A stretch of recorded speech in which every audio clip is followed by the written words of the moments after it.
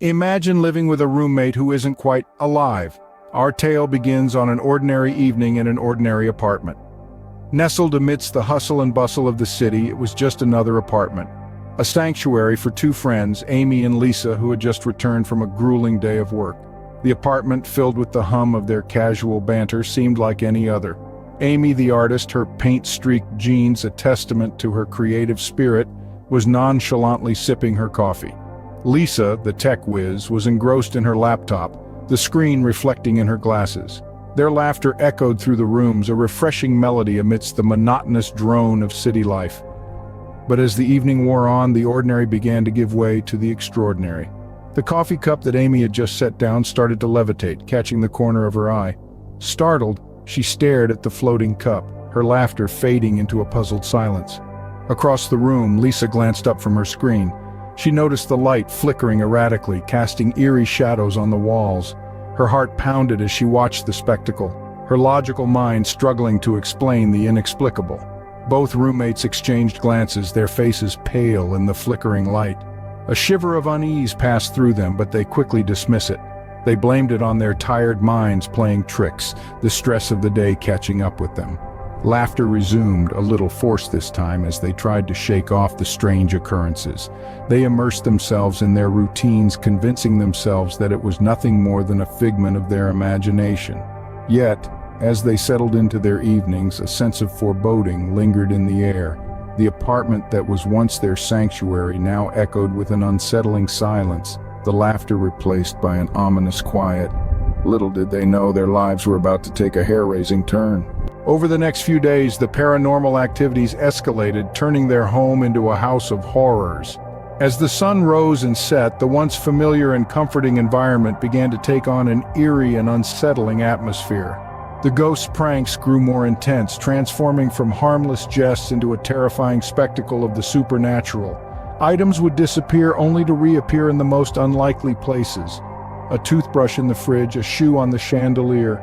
The mundane was replaced with the inexplicable, leaving the roommates in a state of perpetual unease.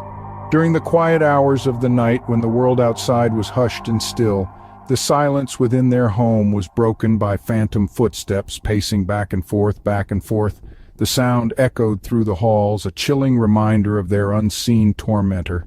The roommates huddled together, their hearts pounding like a drummer's rhythm against the silence, their eyes wide with fear.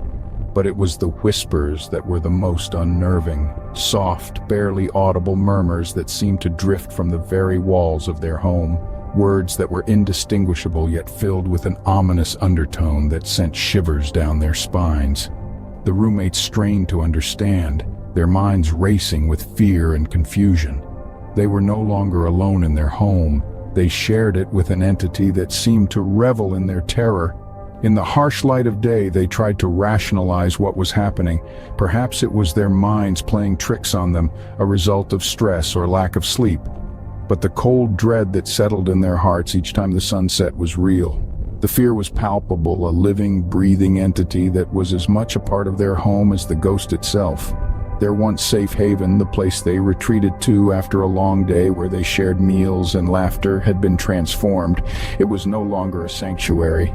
It was a den of dread, a place where the line between the normal and the paranormal had been irrevocably blurred. The ghostly roommate had turned their world upside down, making every moment a spine-chilling encounter with the unknown. Their once safe haven had turned into a den of dread. Desperate for answers, they decide to seek help from a local psychic. The air is thick with uncertainty as they step into the dimly lit room where the psychic, an old woman with twinkling eyes and a knowing smile, awaits them. The roommates exchange glances, their skepticism evident, but they're out of options. They need to know what's happening in their home. With a deep, calming breath, the psychic reaches out, her hands hovering over an antique crystal ball. She closes her eyes, her face creased with concentration. An eerie silence fills the room, broken only by the distant ticking of an old grandfather clock. The roommates hold their breath, awaiting the revelation. The psychic's eyes snap open. "A spirit resides in your home," she reveals, her voice a hushed whisper. "A former resident, a prankster in life, and it seems in death as well."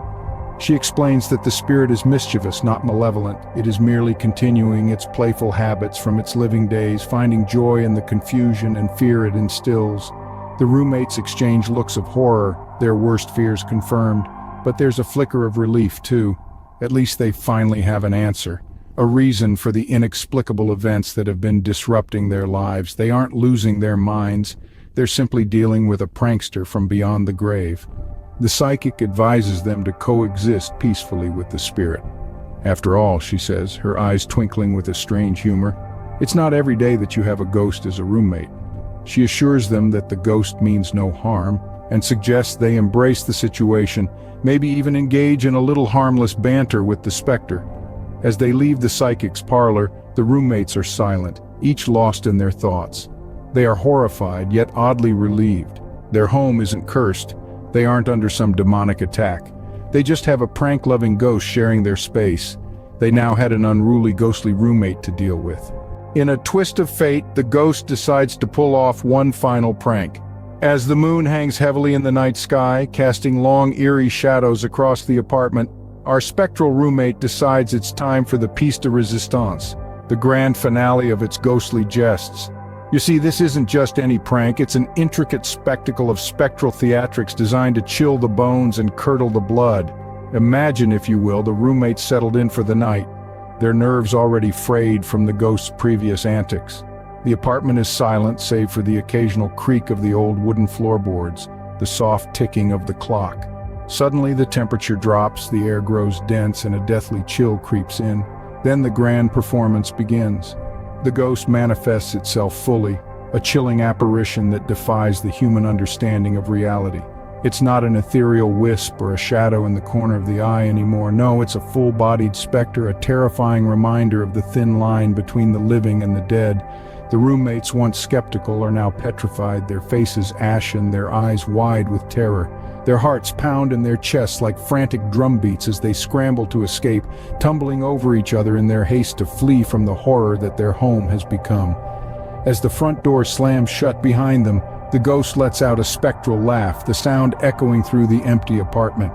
The prank has been successful, the living have fled, and the ghost is left alone in its spectral satisfaction. The once bustling apartment is now a chilling tableau of abandoned life, a monument to the ghost's haunting humor. The echoes of laughter and conversation are replaced by an eerie silence, punctuated only by the ghost's triumphant ethereal cackles. The ghost had pulled off the ultimate prank, leaving the apartment to its own eerie silence. In the end, the roommates were left with a story that would chill even the bravest souls. With the eerie echoes of phantom laughter still ringing in their ears, they hastily packed their belongings and abandoned the apartment that had become their living nightmare. As they left, they could almost feel the spectral eyes watching them, the ghostly roommate bidding a silent farewell. In the empty apartment, the echoes of their laughter and the spectral pranks faded into an eerie silence. The once bustling home was now a haunted shell, a chilling reminder of the thin line that separates the mundane from the supernatural, the prankster from the prey. Every creak of the floorboards, every flicker of the lights in the empty apartment seemed to whisper a warning to future tenants, a ghostly caution of the prankster that lurked in the shadows. And so our tale of the ghostly roommate prank comes to a close, leaving us to wonder who might be the next unsuspecting victims of this spectral prankster.